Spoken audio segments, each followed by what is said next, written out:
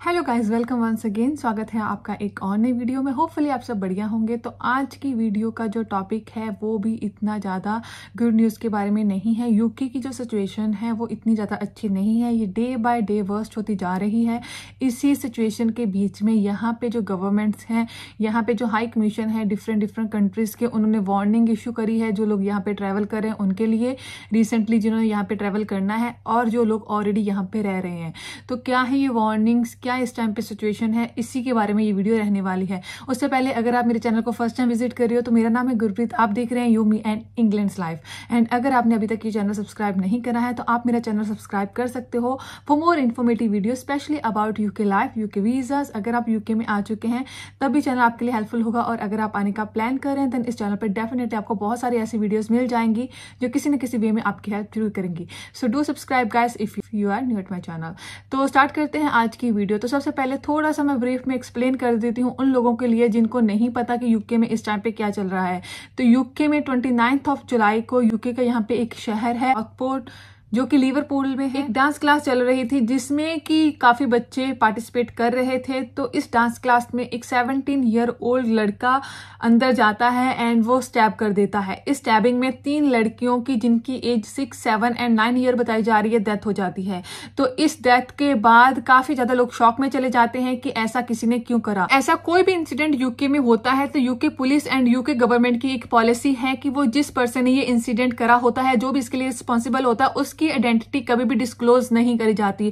उसके अलग रीजन है क्योंकि यहाँ पे अलग अलग कम्युनिटी के लोग हैं, पर इसी का फायदा उठा के यहाँ पे जो रॉन्ग इन्फॉर्मेशन है वो इंटरनेट पे स्प्रेड कर दी गई। इन्फॉर्मेशन में ये बताया गया कि जो लड़के ने ये करा है उसका नाम अली है, वो मुस्लिम कम्युनिटी से बिलोंग करता है, वो बोट्स के थ्रू यूके में रिसेंटली 6 मंथ में आया है और यूके में इलीगल इमिग्रेंट रह रहा है। इसके बाद जो लोगों का गुस्सा है वो बहुत ज्यादा इंक्रीज हो गया और लोगों ने प्रोटेस्ट के लिए कॉल करा। तो स्टार्टिंग में जो प्रोटेस्ट था वो सिर्फ यूके की एक सिटी में ही हो रहा था और ये प्रोटेस्ट की कॉल यहाँ पे पीसफुल प्रोटेस्ट की कॉल करी गई थी कि हम इकट्ठे होंगे। और यूके की गवर्नमेंट कभी भी किसी को पीसफुल प्रोटेस्ट के लिए नहीं रोकती क्योंकि इन कंट्रीज में राइट टू स्पीच है, तो आप इकट्ठे होकर प्रोटेस्ट कर सकते हो।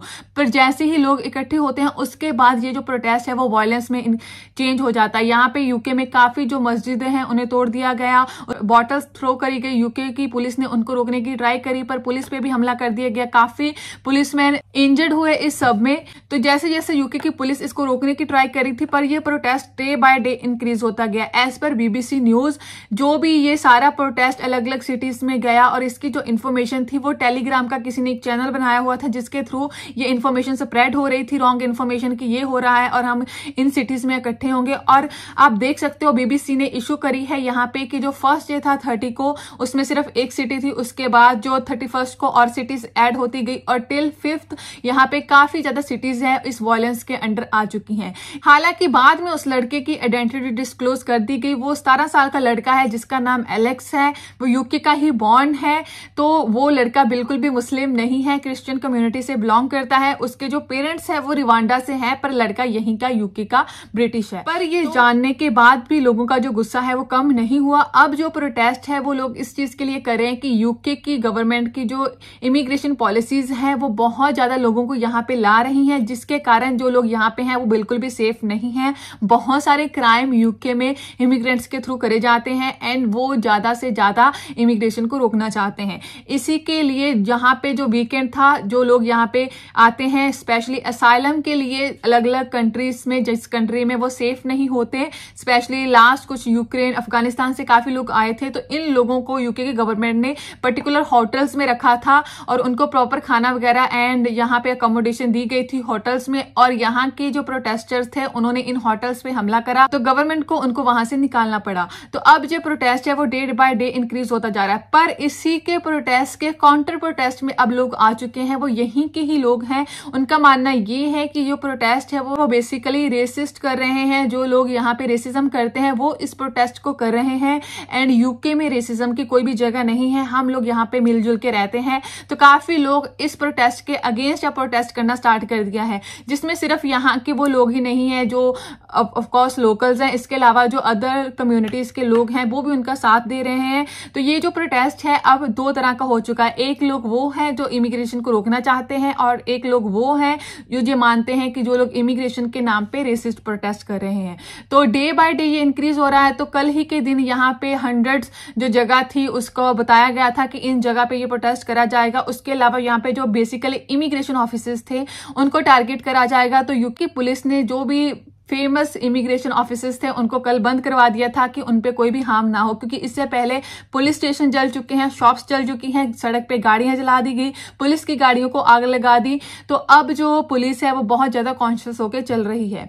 तो अब मैं बात करती हूँ कि क्या वार्निंग्स इशू करी गई है। तो यूके की ऐसी हालत को देख के, क्योंकि हर रोज जो सिटीज है वो इंक्रीज हो रही है इस प्रोटेस्ट में, तो अलग अलग गवर्नमेंट्स ने वार्निंग इशू करी है। यूके की खुद की गवर्नमेंट ने भी वार्निंग इशू करी है। यूके की खुद की गवर्नमेंट ने बोला है कि आप सेफ रहिए। उसके अलावा जो लोग ये प्रोटेस्ट कर रहे हैं उनको अरेस्ट करा जाएगा। मोर देन 400 लोग अरेस्ट ऑलरेडी हो चुके हैं। उसके अलावा जो इंटरनेट पे भी ऐसी न्यूज फैला रहे हैं तो उनको भी अरेस्ट करा जाएगा। तो अगर आप किसी ऐसे ग्रुप के मेंबर हो जो कि एंटी प्रोटेस्ट है या फिर प्रोटेस्ट के अगेंस्ट है वट जो भी, तो आप ऐसे ग्रुप का पार्ट बिल्कुल भी ना रहे। ये उन लोगों के लिए वार्निंग है जो यूके में ऑलरेडी रह रहे हैं। और फिर आप ऐसी किसी भी जगह पे जाने की कोशिश बिल्कुल भी ना करें। यहाँ पे प्रोटेस्ट चल रहा है, सम टाइम लोग इस चीज में कि हम देखते हैं वहां पे क्या चल रहा है, इसी में जाके ही लोग फंस जाते हैं, क्योंकि आपका फ्यूचर जहां पे अभी बनना है, जो स्पेशली लोग अभी रिसेंटली आए हैं। अब मैं बात करती हूँ उन लोगों के लिए क्या वार्निंग है जो यूके में अब आने वाले हैं, अभी तक यूके में नहीं आए। तो यूके में यहाँ पे जो अलग अलग एम्बेसीज हैं, हाई कमीशन है, उन्होंने भी अपने सिटीजन्स को वार्निंग देनी स्टार्ट कर दी है। तो